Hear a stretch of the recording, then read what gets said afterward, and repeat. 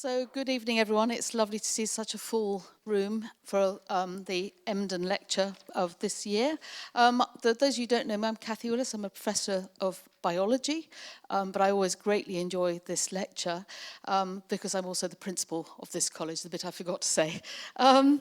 So this annual lecture, actually the AB Emden lecture, Emden was a distinguished medievalist who was a historian of universities, but also he was one of my predecessors. He was the principal of St Edmund Hall from 1929 to 1951. So 22 years. I think that really is a long haul, although I do enjoy being here, but 8 years has made me think, yeah, okay, that's enough. Anyway, the Emden lecture itself was established in 1992. And since then, we've had some incredible speakers bringing these leading historians from Britain and also around the world to talk about a wide variety of historical topics.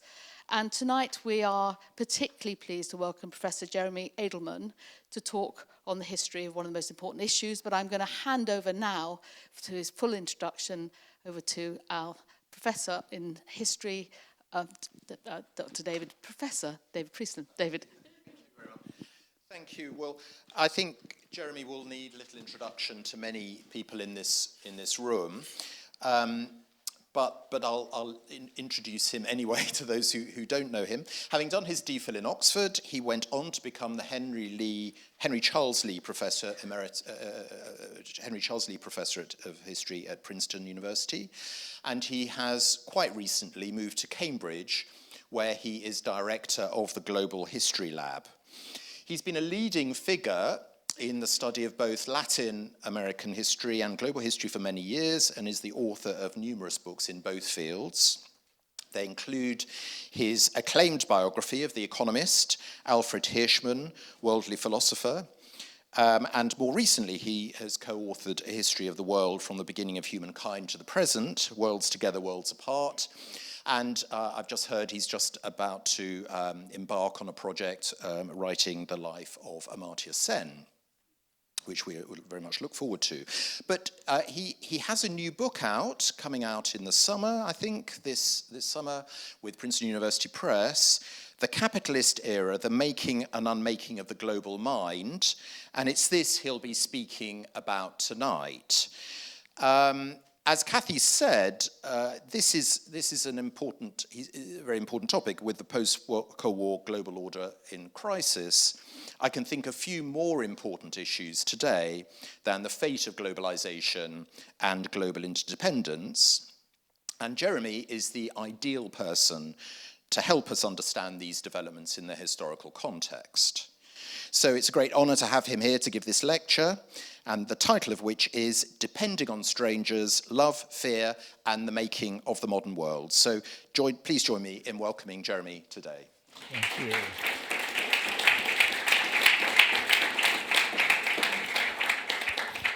So is this working? Yeah, okay, great.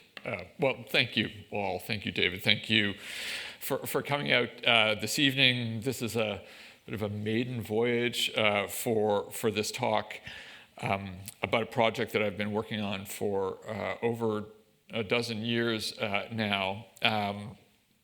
Let me just start then with a problem and then jump in. I should say this particular image is a photograph I took in the wake of a Gilets Jaunes demonstration in Paris a number of years ago. But let's start here. It's a picture, I don't know if you can see it in the back, probably not. So it's global GDP over the very long run from 1820 more or less to the present. We can quibble about the numbers. It's from the Angus-Madison project. But the trend is undeniable. Oops, sorry. I'm almost to that one. The trend is undeniable. And on a per capita GDP grew in that span by a factor of 10. So world welfare grows, and it's reaching its peak by 2025.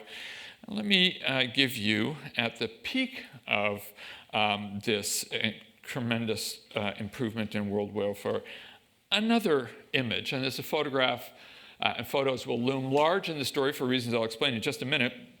A photograph taken by a wonderful Greek photographer, alas, recently passed away, who was a Reuters photographer, who was shooting the passage of refugees from, most of them from Turkey, to Greece in 2015, 2016, and this is one of his most memorable photographs.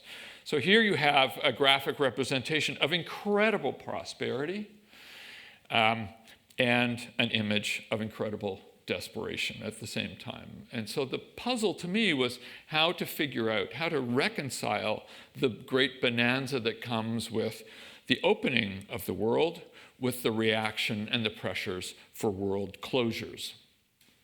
And so what I'm going to do this evening is talk about the history of this mystery, a deep history of what Mark Carney calls the rupture of our age.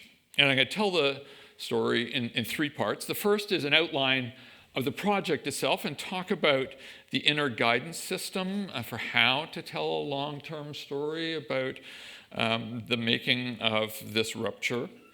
And then second, I'll look at two previous moments of transitions in what I'm going to call global interdependence, more on that in just a second, that ended very differently. That transitions in interdependence don't have to end in awful apocalyptic scenarios, though they often do. And I'll end with some takeaways from the story and what the guidance system helps us to understand about the era of rupture. So, as Julie Andrews would tell us, let's start at the beginning. So let me outline some of the general arguments of the project and share some of the nav tools through several centuries of world history. First to know is I use the term interdependence as a replacement for globalization.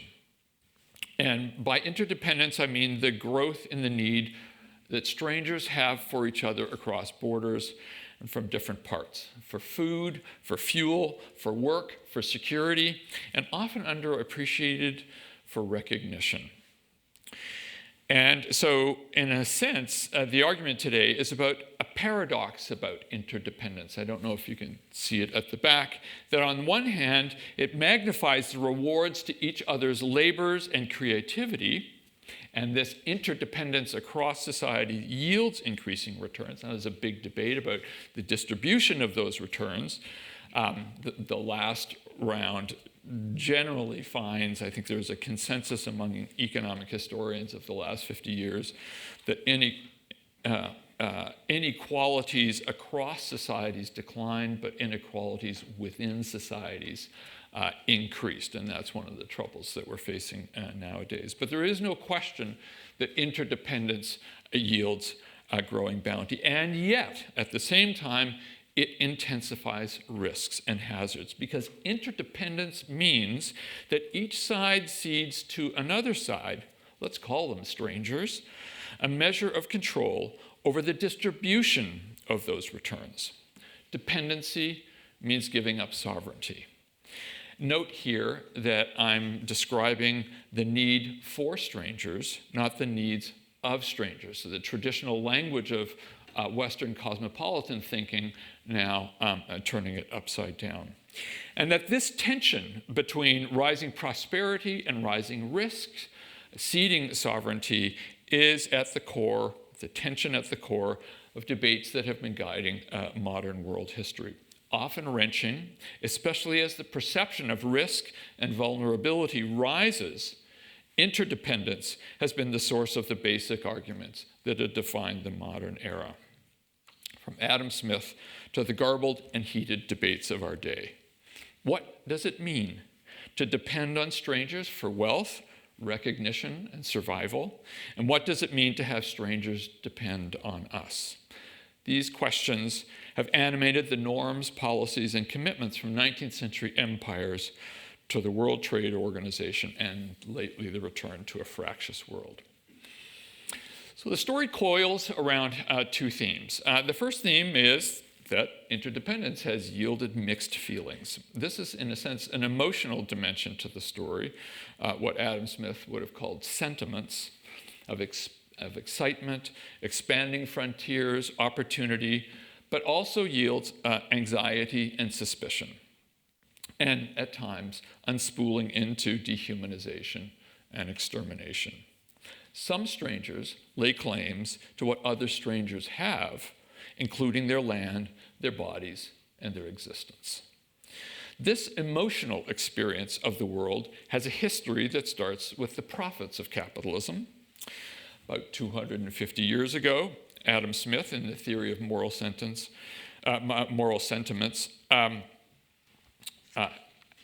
asks readers to engage in a thought experiment,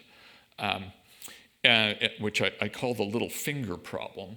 And he invites the reader to imagine a man of humanity, a gentleman, reading the news while he's sipping his tea about an earthquake in China that has wiped out tens of thousands of people.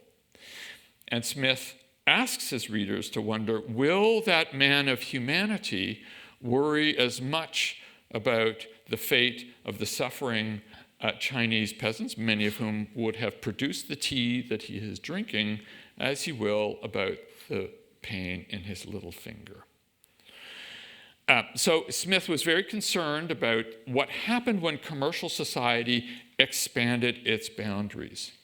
At stake was whether our sympathies for strangers would keep pace with our self-interest in them, that our dependency on them for their tea, in this case their labor and their land, would our sympathy for them keep pace? And if not, if it did not keep pace, what would restrain our needs for them from motivating predatory and cruel behavior? I think we kind of know what's on the mind of some of the rulers nowadays.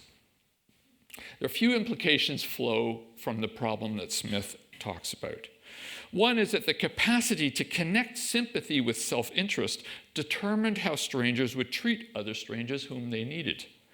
And the second in that passage is that Smith worried that the ability to align sympathy with self-interest depended on the management of distance. In markets, assemblies, the routine exchanges with strangers, the kind of thing that our colleagues who work in early modern history teach us, the ability to see near strangers in our midst in the everyday interactions with the people who were not from our community but lived nonetheless among us, the ability to see stranger neighbors softened our manners, the douceur thesis. So the ability to see, and that's the verb that Adam Smith uses, strangers, is a determinant of one's affective registry that would drive the ability to align sympathy with self-interest. But the problem is, with the expansion of commercial society, drinking tea from Canton, the expansion of commercial society broke those local visible bonds between people who were estranged from each other. Distance made the stranger invisible to other strangers. Enter the mediation. Note that the man of humanity, quote unquote, is reading the news in Smith's thought experiment. By the 1840s, of course, as free trade, as the campaign to abolish slavery, steam engines, and underwater cables began to suture the world together, there was a media revolution that made strangers intervisible with each other just as they were becoming more interdependent with each other. Which brings me to the second theme. How strangers saw and imaged each other was a determinant, and has been a determinant, of their sentiments for each other. How did the management of distance then contour the story? Smith thought experiment, if the man of humanity could see.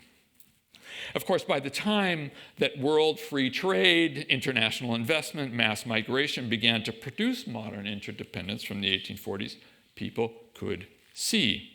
That's the point of the Baracus photo that I showed you, that reporters, ethnographers, photographers, and in this particular case, a Venetian photographer named Felice Beato, taking a shot from the Second Opium War, an image that would be later displayed at the Henry Herring Gallery on Regent Street, and would become the source of an enormous controversy about the role of British troops and the morality of quote-unquote opening China, that these images were coming home about what was happening, and moreover, what we were doing to distant strangers in the name of opening them. There were merchants, investors, economists, the mediators of the making of this modern world. And it was not just professional photographers like Beato. There were also many amateur photographers actively producing an image of a world of strangers. In this particular case, a photograph taken by my grandfather in 1936, hold that year in your minds for a moment, who was a missionary in China, generating photographs of Chinese people, in this case from the province of Shandong, for consumption and visualization by strangers overseas, in this case the Ottawa Valley in Canada, to raise money for the mission that would pay for the conversion of Chinese souls. The effect was to produce an impression of strangers across distance. So viewing and imagining strangers conditioned the emotions that governed the relations between them. And ever since, there's been a great debate. Optimists would argue that mechanical reproduction of images and news would facilitate the bridging. So Frederick Douglass, for instance, the debate about this effect happens at the very start. Frederick Douglass was an optimist. He thought that witnessing the suffering of enslaved people would power the sympathies for them and therefore lead to the dismantling of slavery. Indeed, the photographs of enslaved bodies was crucial to the abolition movement. 1936, hold that thought, it's going to come back. And there's a long humanitarian tradition of modern human rights commitment to active witnessing, reporting, appealing to the senses to mobilize affective support for suffering strangers. So images play a special role in their graphic power to stir the emotional world economy and build sympathy. Now, Frederick Douglass was not naive. We can spend a lot of time talking about his theory of photography. But by the 1970s, Guy Debord and Susan Sontag raised alarms about the society of spectacles and the commodification of images of suffering, and they were concerned about the confusion, the overload, the indifference that would be generated as a result of the proliferation of images of suffering. And this, too, has been a current of debate since the dawn of intervisible interdependence. That's a real mouthful. But of course, it's very heated nowadays in the age of social media.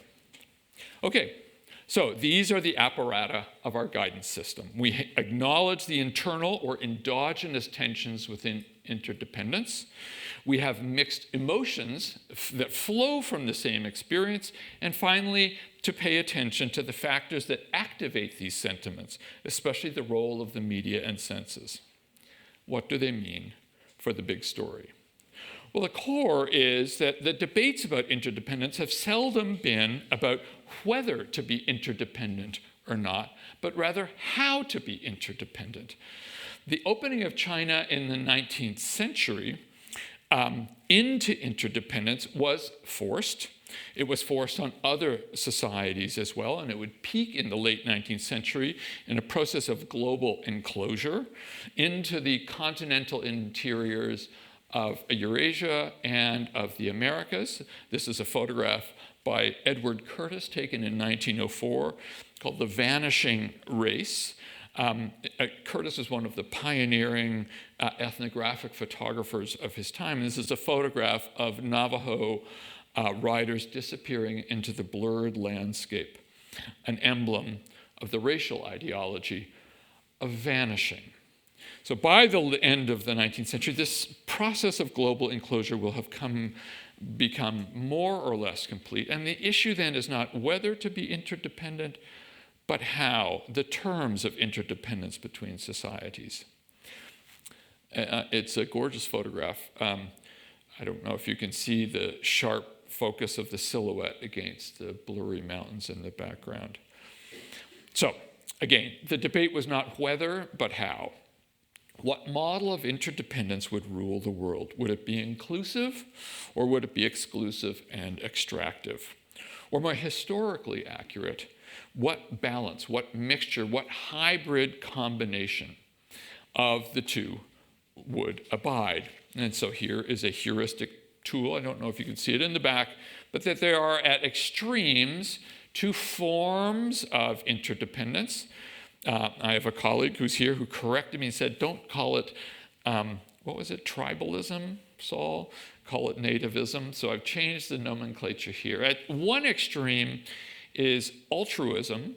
That would be a model of inclusive and horizontal interdependence. And at the other extreme would be predatory or vertical forms of interdependence. One takeaway to anticipate before we get to the end, then, it is misleading to read Donald Trump and nation firsters as isolationists. What they really want is not isolation, but interdependence on their terms. Right? Nation first means America first, means that someone else is second, third, and last. So they're not trying to dismantle a world order of interdependence. They're trying to create one in which they can exercise their muscle and on their terms. So for the past 2 centuries, the forces have struggled over the unstable mixture of these two extremes. Now let's get to the story. Okay, I always like to start off with data.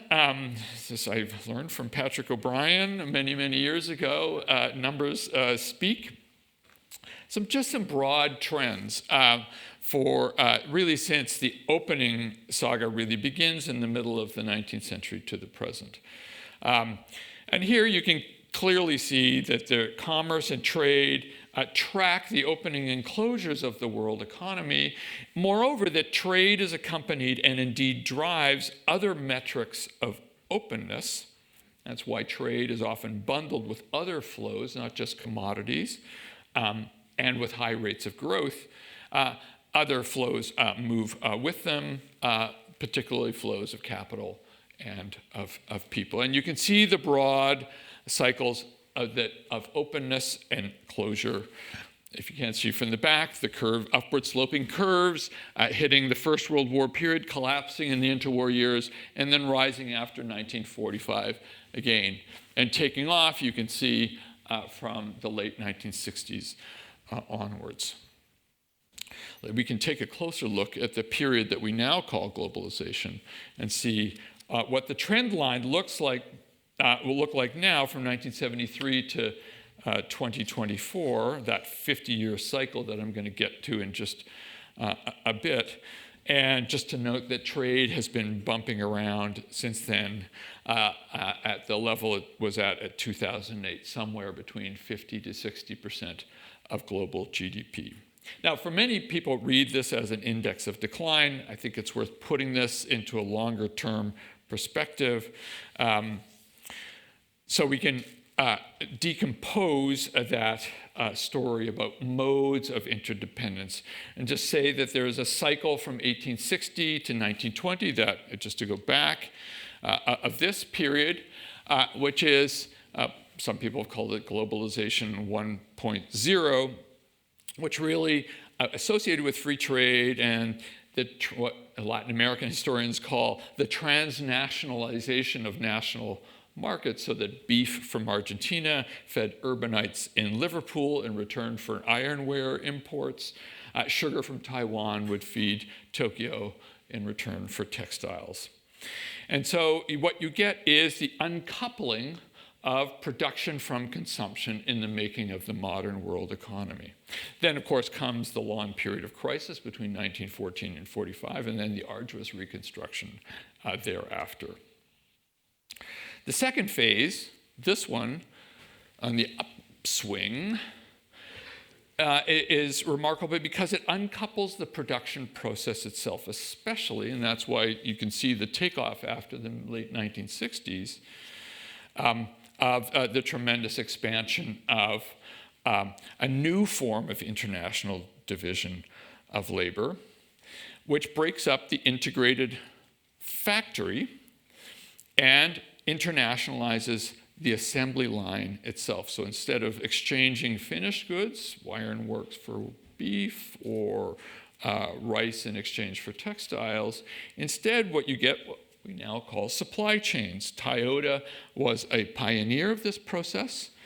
Now we were not transnationalizing national markets, as Latin Americanists would say, between consumers and producers, but transnationalizing the production process itself to create global supply or value chains. Just-in-time manufacturing. By the year 2000, a majority of manufacturing trade was going on within firms themselves. Right? Enabled, of course, by technologies, container shipping, which was invented during the Vietnam War to enable the shipping of very complicated munitions to Saigon, barcodes to track inventories and movements of stock, styrofoam, which was a Dow chemical invention in 1947, allowed you to pack those delicate parts together. So that when I had my 13th birthday, my father took me to buy my first Hitachi stereo. Of course, what was I going to do? I was going to put Dark Side of the Moon on it right away. All of this, the product of what was beginning to happen to the new international division of labor. This, of course, was most revolutionary for the developing world, because a quarter of all of the world's trade in the 1970s came from the developing world. Now it's 1/3, driven largely not by the natural resources which had been the foundation in that early cycle of the 19th century, the first unbundling of consumption from production, but now by the industrialization of the global, what we now call the global south, and particularly in Asia, and especially China. And here you can see the long-term effects.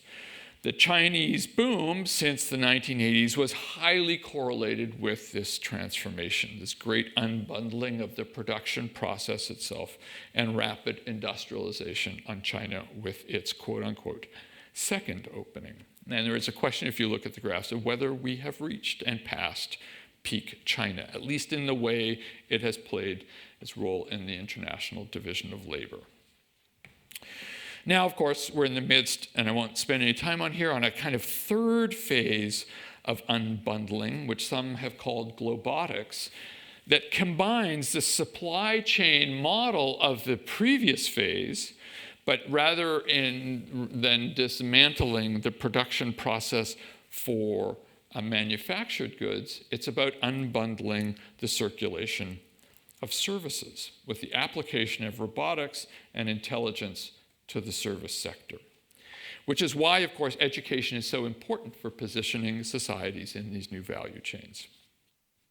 So, if we're in the midst of a transition now, how should we think about transitions once the opening moments have been exhausted? So we're going to look at two of them and then conclude. The 1930s was one which saw the final breakdown of the Victorian integration era. And the 1970s brought to an end the post-1945 consensus and gave rise to the origins of globalization in the 1970s.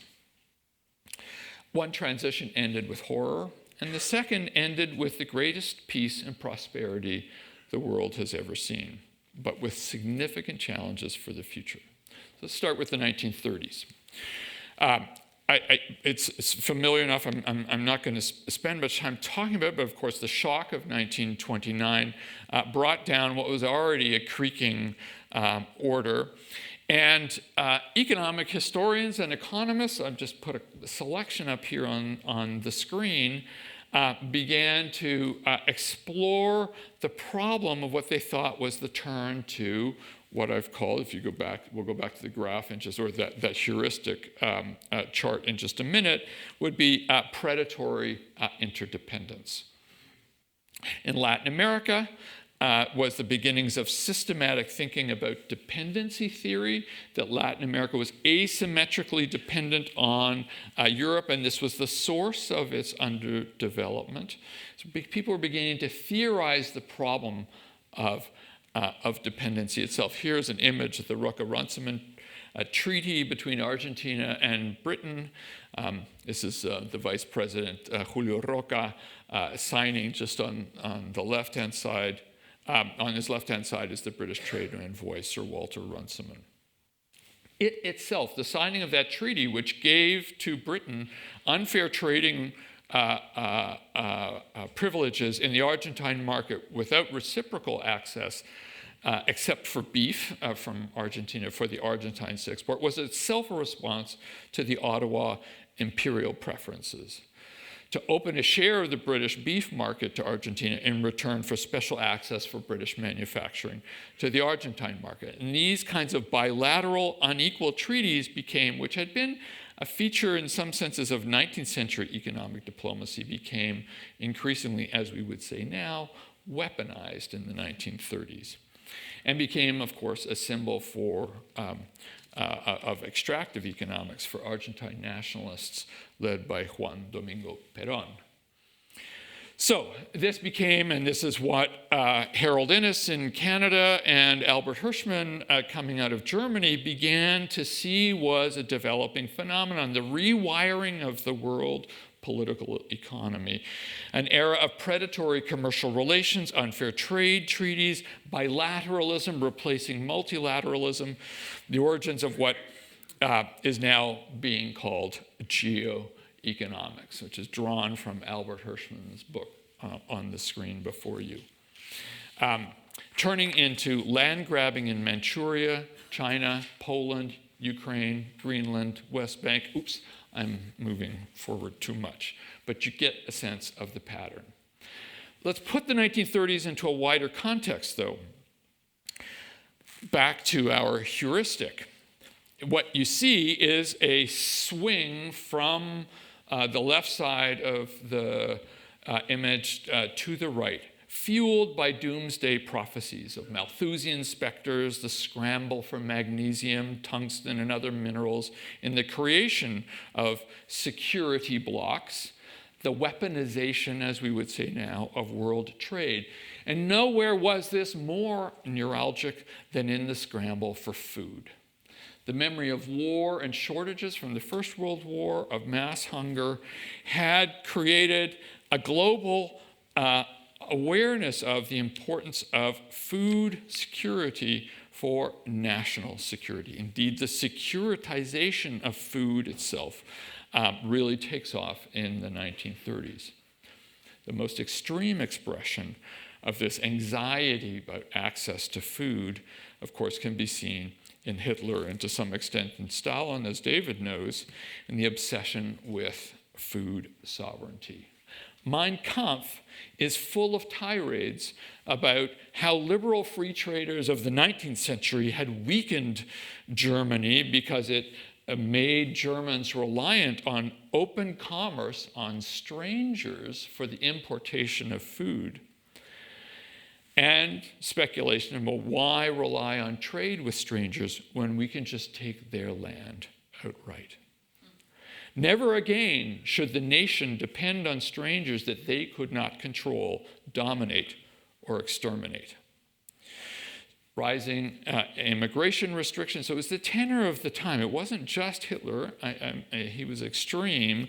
But rising immigration restrictions, controls over trade, the 1924 U.S. National Origins Act all reflected the ways in which populations were becoming increasingly anxious about the ability to meet local needs, and where, in fact, race and resources got tangled together.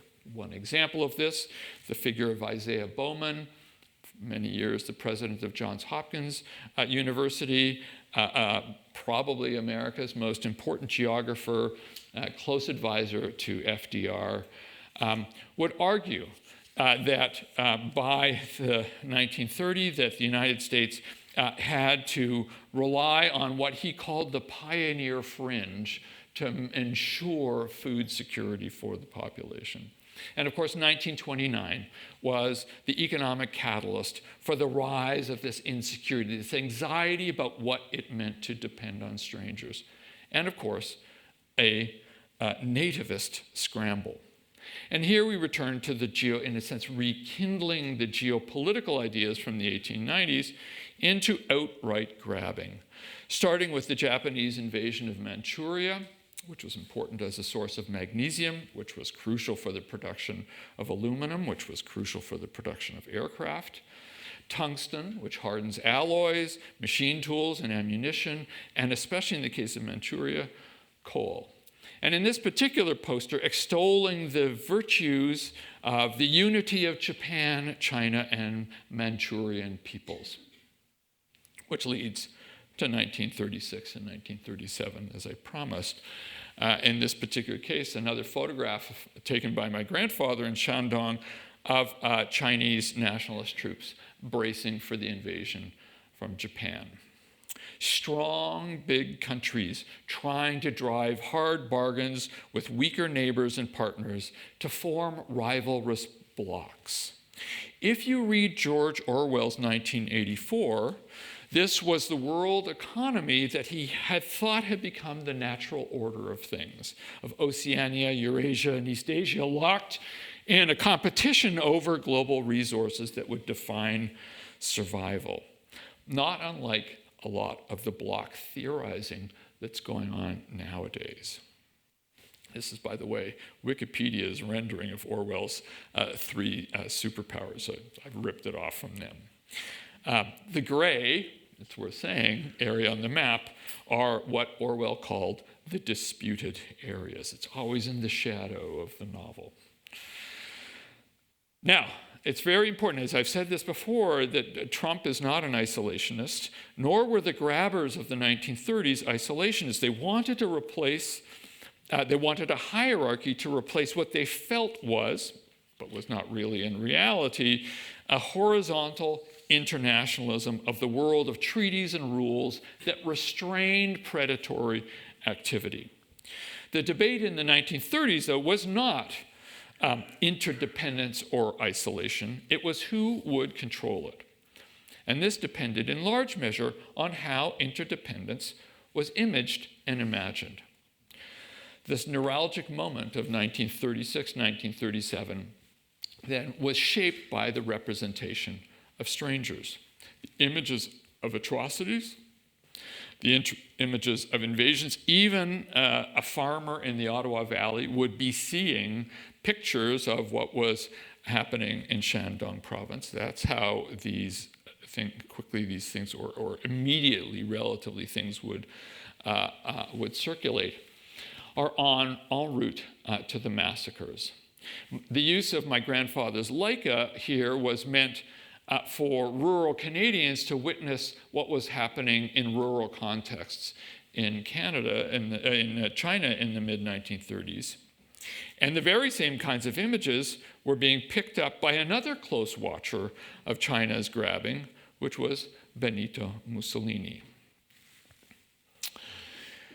Mussolini, who'd been following what was happening in China, was also following the debates unfolding over the slave trade in Abyssinia or Ethiopia in 1935, 1936. Remember, I said that there was a humanitarian argument around the right to open and enforce laws and norms. And that campaign to put pressure on the Ethiopian government to shut down the slave trade nursed Italian, and particularly for Mussolini himself, expansionist dreams and grievances that had been there from their losses in the 1890s. But the crisis of the mid-30s and the precedent of what Japan was doing in China gave him the pretext he was looking for. It gave him the pretext to do other things, including the bombing of British and Swedish Red Cross field stations. This photograph taken from the Coram Plain, for what would become called terror bombing. And if you, in the Red Cross archives, there's a discussion about a debate at the time about whether putting the Red Cross on the canvases that were used to cover the hospitals and the nursing stations was actually turning them into targets for the bombing of by Italian aircraft. One witness to the bombing of the Coram Plain was a man called George Steer. He was a correspondent for the Times, South African writer, who would write about the use of terror bombing against civilian populations and hospitals for British consumption. And as a witness to these atrocities, when the Spanish Civil War erupts, he's then transferred to Spain from Ethiopia in late 1936. In fact, he's putting final touches on a book about Mussolini, which would be called Caesar in Abyssinia, and it's date-lined. He puts the preface when he's already arrived in Burgos. It's an amazing book. I urge you to have a look at it, which is finally printed in December of 36. It's, in fact, dedicated to his history tutor at Winchester. Now, so he's in Bilbao, gathered with a group of other journalists following the Spanish Civil War, gathered for dinner one evening. Actually, it's April 26th, 1937, when somebody comes tearing into the Hotel Torronte. A town nearby was on fire. So Steer jumps into a car with Christopher Home of Reuters, Noel Monks from the Daily Express, and Mathieu Cormand from Ce Soir. And they drive through the night from Bilbao. And as they near the town where they've heard this fire has been happening, the sky is glowing with the burning. And they arrive to, as Steer called it, a royal carpet of live coals. This town was called Guernica, still called Guernica.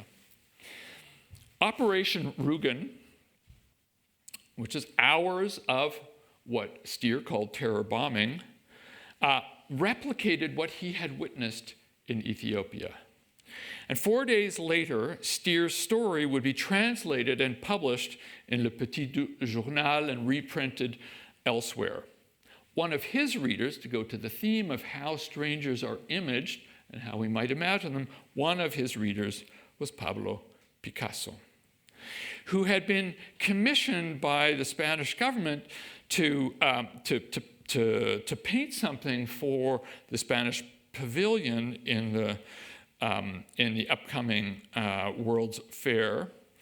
But he was stuck. He didn't know what he would paint. We all suffer from, well, some of us anyway, from writer's block. Well, he would occasionally, unbelievably, have painter's block until he saw these images. And on May 1st, he begins a 36-day-long frenzy chronicled by his lover Dora Maar in the painting of Guernica, herself a very accomplished experimental photographer. Picasso himself was obsessed with photography. There was a wonderful exhibition at Tate Modern a couple of years ago on 20th century artists and photography, with several rooms dedicated to Picasso and the camera. There's so much to be said about the work here. I will resist myself, except to say that it's done in black and white, like the images that he's reading in the newspaper. It's meant to be easier to reproduce in print. He used matte house paint to reduce the glare on purpose. And he pressed charcoal, like the charred houses that he was seeing in the photographs that were coming from Steer and colleagues. That was, and newsprint into the canvas. You can see it a little better in the final version here. We can't be sure, but he may even have included pages from Le Petit Journal and L'Humanité, which he had been reading, pressed into the canvas itself. You can see the images, the final version features the backdrop to the figurative violence, which is what we really tend to look at, is in fact a story, an image of newsprint. The most famous artwork to represent the agonies of strangers in world history is also a portrait of a world seized by nativists and predators. What about George Steer? Well, he would eventually quit the Times. He was appalled at the balanced reportage about the Spanish Civil War and would enlist in the British Army and die when his Jeep ran off the road in Burma. That's the story of how one transition ends in horror. It's a story of how a crisis of interdependence spirals into a nightmare, fueled by fear, zero-sum anxiety, loathing and dehumanization of strangers for having what other strangers wanted and needed. Let's take a look at another transition. It's the one that some of us lived through anyway, that gave rise to the origins of globalization. The 1970s. In some respects, a lot like the 1930s. There was a lot of declinist, apocalyptic thinking at the time, doomsday theories. This is an image taken from the very famous 1972 report on the limits, called The Limits to Growth by the Club of Rome. An enormous amount of fear about running out of resources, running out of food, overpopulation, so that when an image like this from Apollo 17, which happens to coincide in 1972 with the United Nations, the first, what was called the Human Environment Summit at the time, what Apollo 17 gave terrestrials was much more disturbing than the optimistic 1968 famous Earthrise photograph.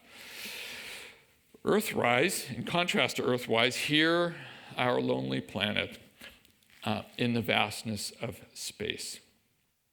By 1972, the image of the planet came across as much more precarious, lonely, fragile, alone. Unlike Earthrise, there's no foreground in the photograph, no mooring to stabilize the Earth.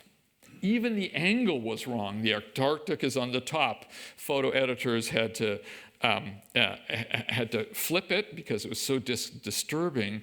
And it even wound up in the papers when it finally arrived, and magazines. It was Life magazine that actually got it first. And there's a story to be told about the role of Life magazine in this epic, cropped to center the planet in the frame, as well as the color editing. So this is the original picture.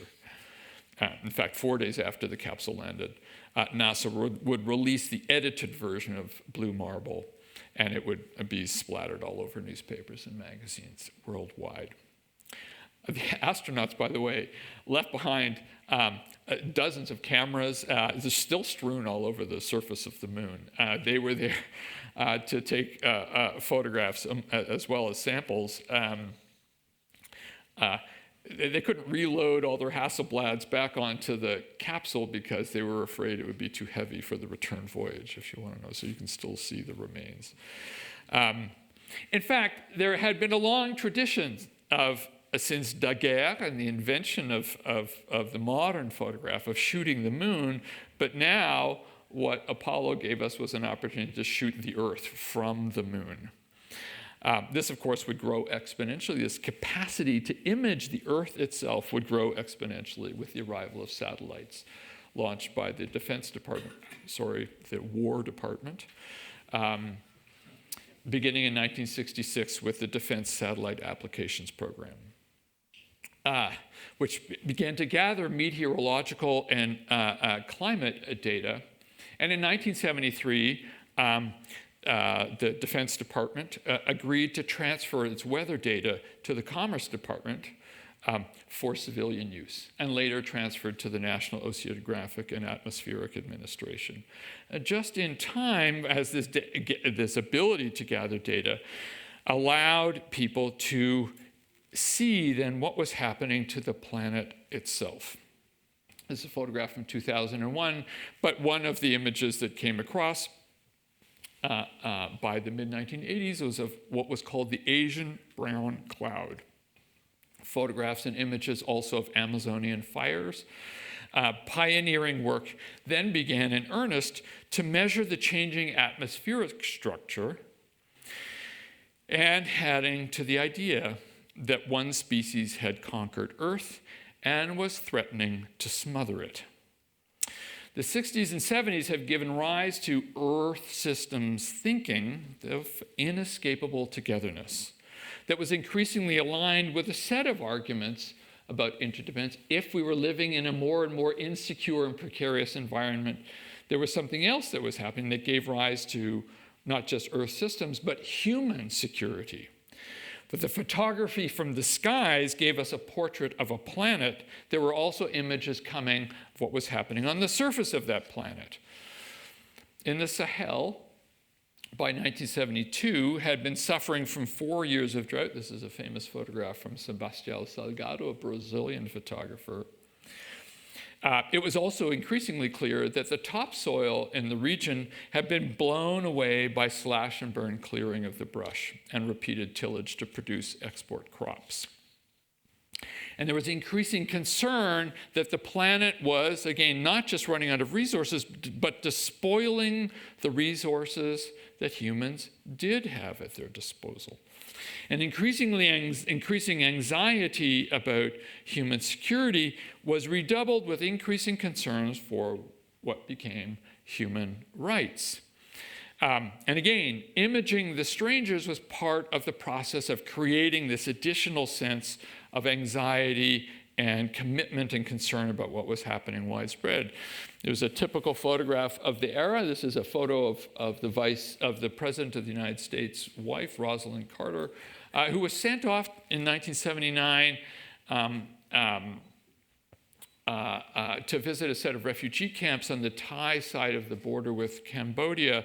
And in this particular shot, notice the role of the photographers already crept into the picture. Actually, most newspapers like to crop out the photographer to create the image, the illusion that someone was just spontaneously rather than staging these. This was a completely staged incident. She was escorted into a camp.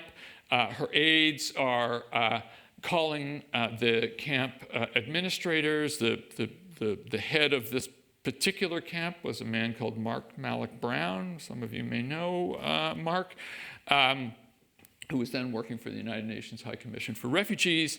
And the aides are elbowing people aside, calling for a baby.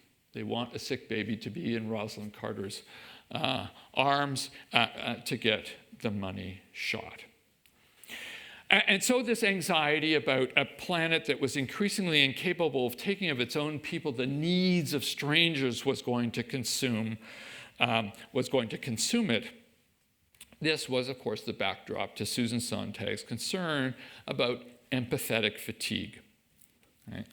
So while the images were crucial to the human rights and human security movements, there was a sense that they were also draining people's sense of compassion while trying to mobilize it.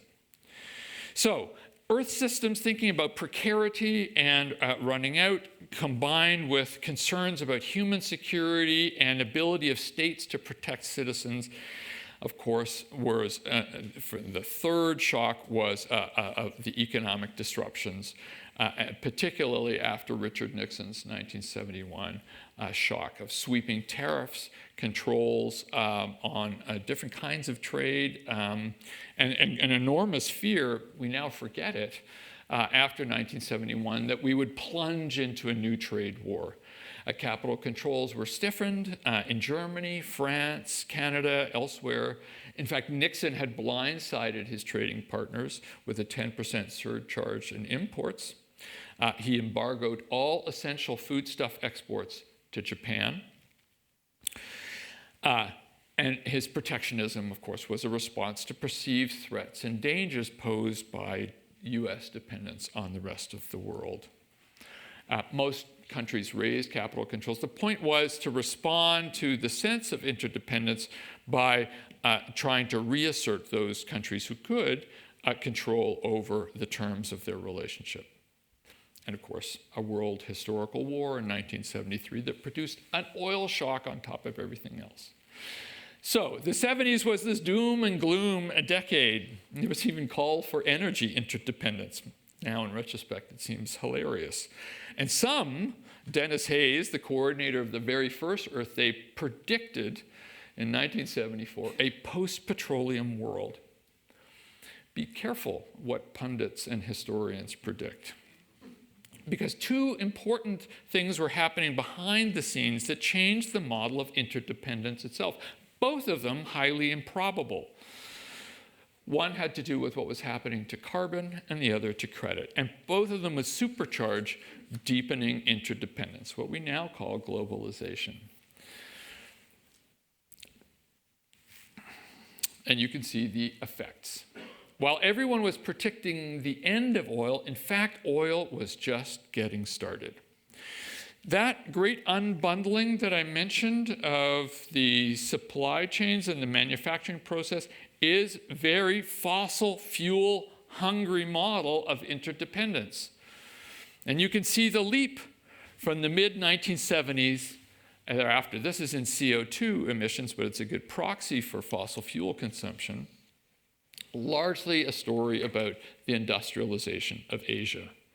While everybody was predicting the end of oil at the time, in fact, a new model of interdependence around fossil fuels was emerging, opening new frontiers in Western Canada, the North Sea, and above all, Siberia. Europe pivoted from its dependence on oil from the Gulf to dependence on Russia, with a surge of oil and gas supply from the Soviet Union, with the obvious externality of increasing carbon emissions. By 2030, 4 years from now, the Arctic will be seasonally ice-free. The Pleistocene remnants will be gone. And the question then becomes, well, how do we witness, how do we image and picture this, global warming itself? By 2017, photographing the disappearance of ice would become something of a genre. In this case, Paolo Pellegrini, working with NASA to shoot the cracking of what's called the Venable ice sheet. And Pellegrini has very, in the interviews about photographing this series of the breakup of the Pleistocene ice, just notes how the awful feeling that this slow destruction could at the same time be so majestically beautiful.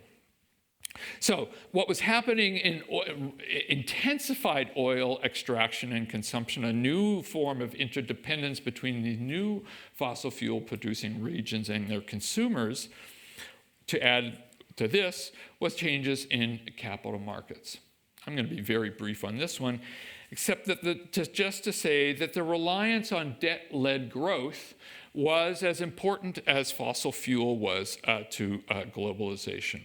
And you can see it through the scale of international banking surges from the mid-1970s to 2008. Right? And of course, you can see the effects of the 2008 crisis there. That carbon and credit, the flow of capital and the flow of fossil fuels, literally fueled globalization. Some would say it comes to a crash in 2008, and to some extent, in this case, bank credit does, but other creditors surge forward to fill the gap. But it did shatter the confidence of Homo Deus. And as the costs of carbon and credit addiction, the addiction to cheap fossil fuels and cheap money, began to come to the fore, a whole new repertoire of this is from Ed Bertinsky's photograph taken on a Hasselblad H6D of the Belridge, California oil and gas field, that the reliance on this model comes into disrepute.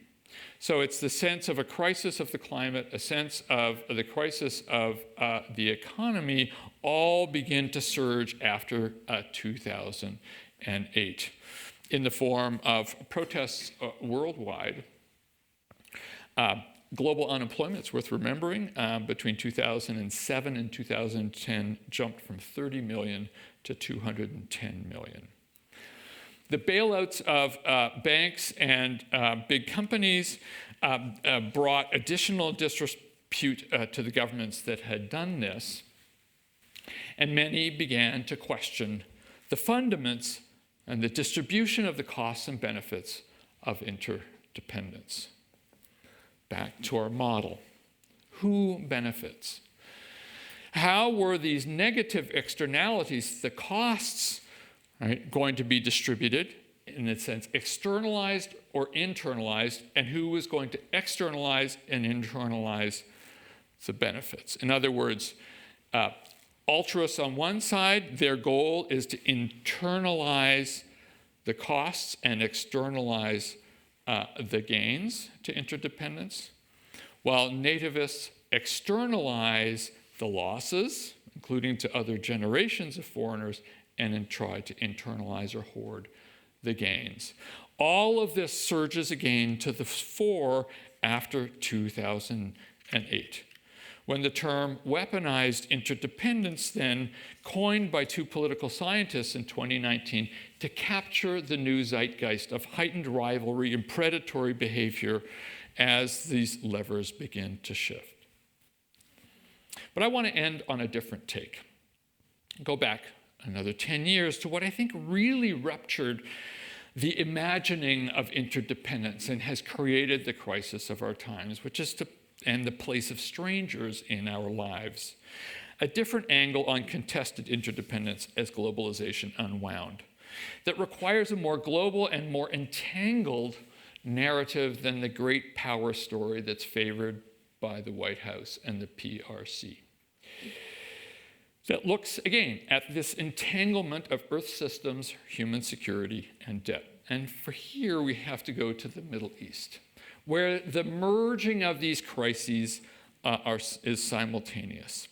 For the other side of interdependence's entanglement of carbon and credit. And here, too, we see the effects of an image revolution. Drought and collapse after the Iraq invasion of 2003.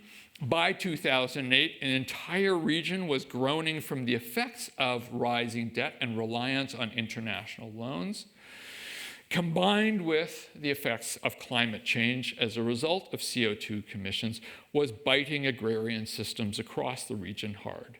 And by 2008, UN observers warned that the social destruction in Syria was on. The rising pressure on debtor nations, especially Egypt, Syria, and others, to pay their creditors. And there's a whole story to be told about how, if we have time, about how that debt crisis was being handled. Across the Middle East and Africa, the debt crisis sank deep. And then in 2010, to give you a sense of the precarity of interdependence, a drought hit Russia and Ukraine, and food prices soared. Governments in the Middle East that had been dependent on subsidizing food prices to sustain their feeble legitimacy, especially for flour, had to cut back. In December 2010, as many of you will know, the Tunisian fruit vendor called Mohamed Bouazizi set himself aflame and then set off a cascade that came to be called the Arab Spring. That's late 2010, early 2011. At the very same time that states across the Middle East were in enormous pressure to pay creditors, began to collapse. And in March 2011, students and protesters rose up against Bashar al-Assad.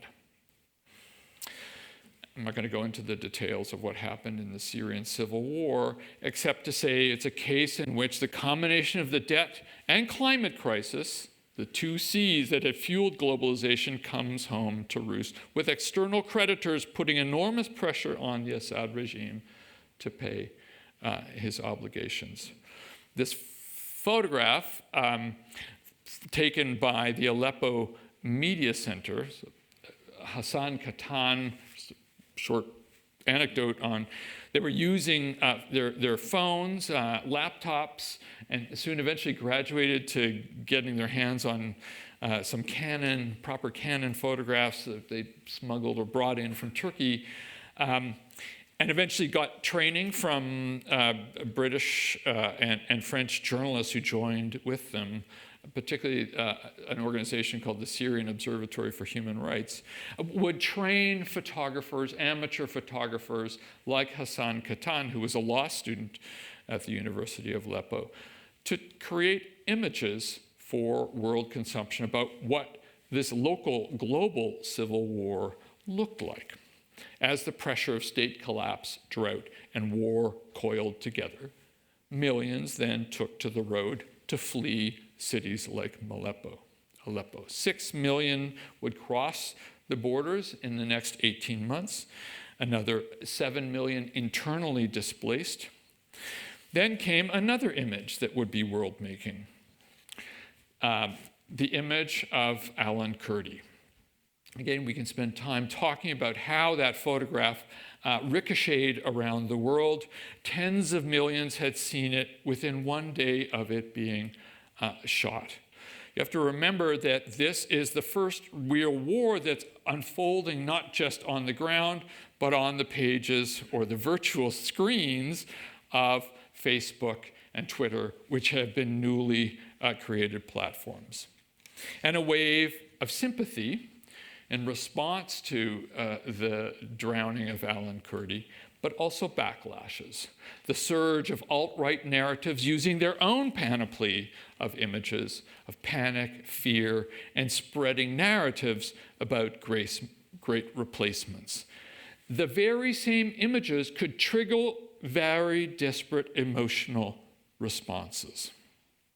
And indeed, the images would not just trigger different responses, but could themselves be manufactured to provoke these. A good case is the way that Lukashenko regime would move migrants to the border with Poland, ensure that there were enough Western photographers around to take photographs as the migrants were pointed in the direction of Poland, where they would receive a Western welcome, and the Polish troops trying to keep the migrants from flooding in. That was meant to sort of accentuate the debate and the anxiety inside the European community about being, quote unquote, replaced. So there was cruelty and there was enormous sympathy. This is a photograph, one of the last photographs that Yanis Barakis took. Where does that leave us now? Well, on an edge, of course. Not just torn, but polarized, as the response to the unwinding of globalization yields fears and solidarities, mutual necessity with loathing and suspicion. The migrant crisis piled on to the other effects of 2008 and brought home the recognition that the way out of the crisis worsened the global debt crisis and the climate crisis, together shattering an already creaking model of globalization. Conclusion. A paradox that the more integration yields more bounty and more risk, more togetherness and more detachment. By now, not just any risk, the risk that strangers one doesn't know and never will have effects on your life and on your death. To climate change, we now add earlier forebodings, the return of the specter of nuclear weapons, which had been on pause since the 1970s, which only deepens the mixed feelings about interdependence and the need to square up to them. To challenge the simplicities of pro-globalization euphoric arguments, the same applies to the doomsayers now. The lesson for today can be posed in the form of 3 questions and partial answers. If we could shift the debate from whether to be interdependent or not, to what kind of interdependence we live with, to think about what combination of horizontal and inclusive forms of global governance, I think is one important step. Many worried that Trump was an anti-globalist. He is not an anti-globalist. And for the same reason, we should not assume that the so-called rule or norm-based liberal order was as horizontal and as pluralist as many of its champions like to think. This liberal order was not as benevolent to those who didn't design it. Just ask Haile Selassie or Argentine or Syrian civilians whose despots borrowed the money and then stuck the civilians with the bill. To ask what kind might start with a recognition that we have mixed feelings about interdependence. And it starts not because people are bad or other people good, but because needing each other is the source of risk and vulnerability at the same time. Interdependence can bring us prosperity, wonder, and agony. Second, what to do about international institutions, treaties, and the assembly of parts that have been built up since Nagasaki? Well, my worry is that we're in a bind. The international institutions that were created to oversee that long cycle that we talked about, that unbundling process, are not up to the tasks of the interdependence we need. In fact, they have had this effect of heightening the sense of risk, and hence the fear of this spiraling towards nativism and hoarding. And yet these very same institutions are effective enough to prevent the shocks from really bringing down the system as they had done in earlier days, 2008, the COVID crisis, and so on. In other words, they're effective enough to stop immediate shocks from turning into collapses of an interdependent order. In fact, I would say, nation states don't really want this international architecture to collapse. They need those international institutions to absorb the costs and negative externalities of the interdependence they need. They're very useful for mopping up the costs of the system that we depend on. That leaves them in a spiral of exhaustion. That's, I think, the real danger confronting us. Third and final. It's almost a contradiction to say it, but doomsday thinking does not help. The lessons from the transitions of earlier days means that people confuse end times with transitions from one phase or model of interdependence to another. When transitions are seen as end times, as it were in the 1930s, they often produce self-fulfilling prophecies and exterminations. But all endings to an era are also beginnings and openings. In fact, the doomists, what's so remarkable about the 1970s as the gloomy prophecies about decline from the 1970s, missed entirely the transformations and transitions that were in fact unfolding. Gloomy certainties obstruct open thinking, surprises, and alternatives. Copying and rethinking, coping and rethinking are going to require human capabilities, imaginings of alternatives, and joint ideas about interdependence when they are in fact in short supply. But it means confronting our internally divided selves, the mixed up and conflicting sentiments about needing strangers. Luckily, we live and work and govern institutions that are committed to those capabilities. As we learn to be good listeners, good students, good witnesses, rely on the transmission of stories from other parts, and one place to start is to recover the threads of the global history of interdependence that think and imagine togetherness in different ways, that have been lost or forgotten, but which we dearly need now. Thank you very much.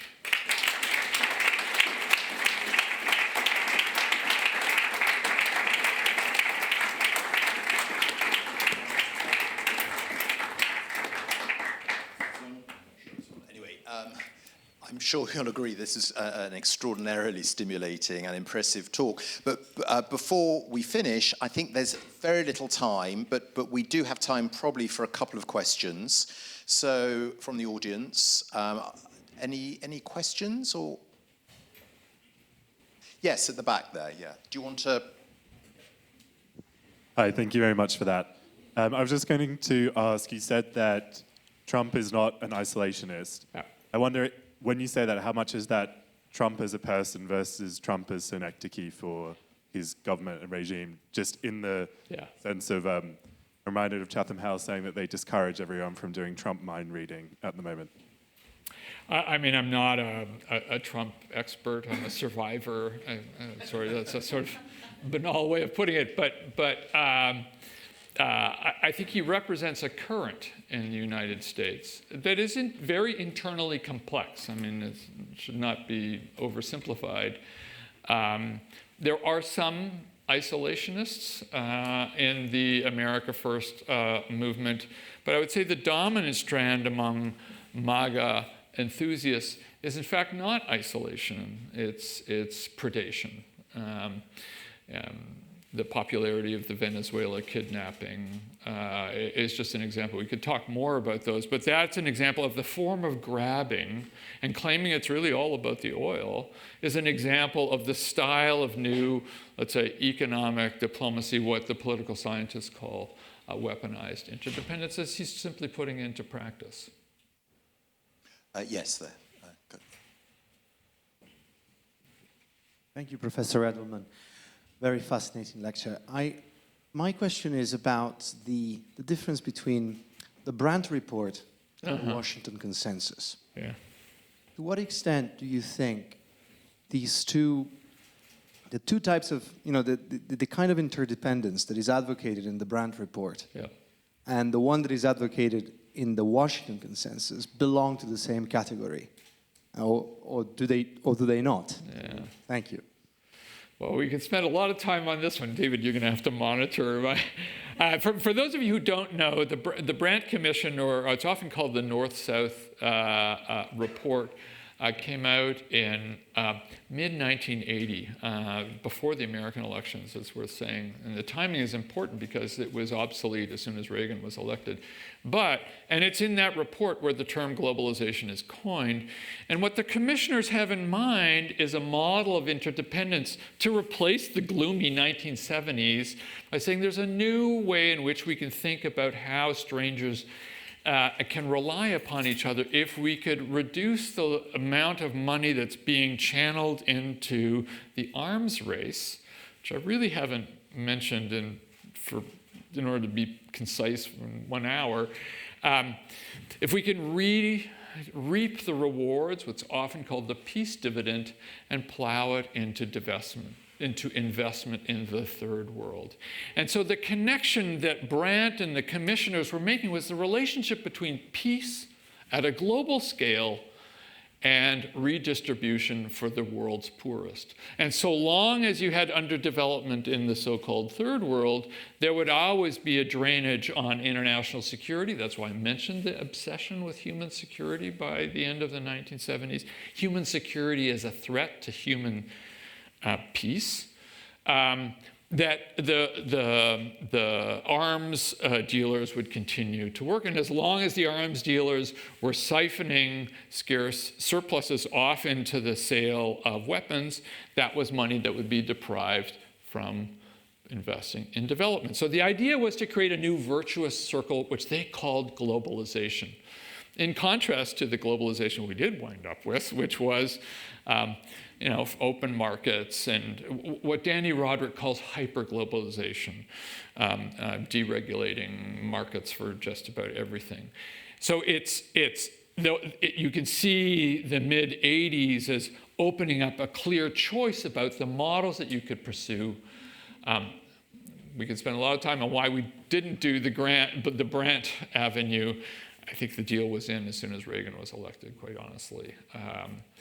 And people knew it at the time.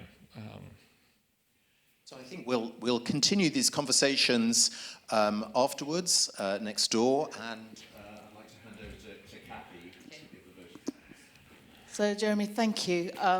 I've been here for 8 years. I've heard 8 lots of these lectures. I have to say yours has been the most thought-provoking and enjoyable. So, and I think an extraordinary tour de force. I've gone through many processes of thoughts myself. I'm sure everyone in the room has as well. And I'm sure that you will have many questions, but I hope people will also allow you to have a drink at the same time. So if you'd like to join me, ladies and gentlemen, in thanking Jeremy for a really fantastic talk. Thank you.